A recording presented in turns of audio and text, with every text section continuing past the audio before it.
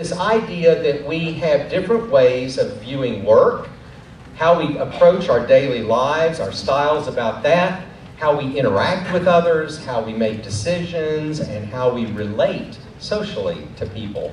So we're going to talk first about just describing the first side of this is the productive beavers. The productive beaver work is important. A beaver keeps a list, loves having a list and being able to check things off. Oh, I finished this task. Oh, here's the next one. I finished this task. They read instruction manuals. They save them and file them away so they can find them for future reference. They tend to be practical, predictable when this is your personality preference as you look at accomplishing things.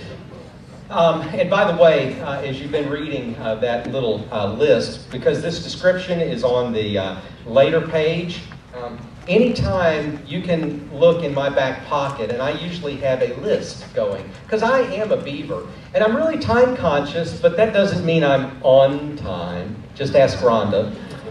Definitely not, because there's always time to squeeze in one more task. Just a little bit more. If I just have another 5 minutes, it'll save me 30 minutes later, right? Look at this little guy. You know, I don't know if you have beavers here, but in the U.S., the beavers, they build these huge dams. They gnaw down trees, and they block off streams, creeks. This little guy has got a clipboard in his hand. He's looking at his watch, and he's sweating. He has got things to accomplish.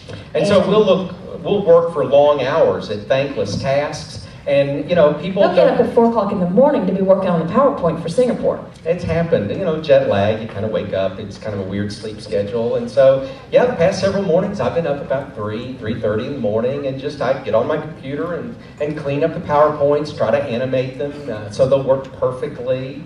But it's that kind of thing. I like details, and I like making lists and staying focused on a task. In fact, I live by this motto: work first and then play later.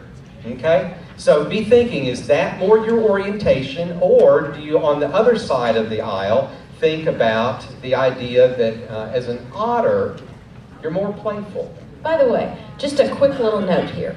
These drawings, these animal drawings that are actual sketches, were done by our middle son when he was in about 8th grade. Oh, no. He was about 8, 9 years old, just after Memphis. Yeah, so he was in about 7th or 8th grade. Okay. She's better about dates I know the numbers and the details. Okay, all right. Anyway, he drew these for us. So anyway, I'm an otter.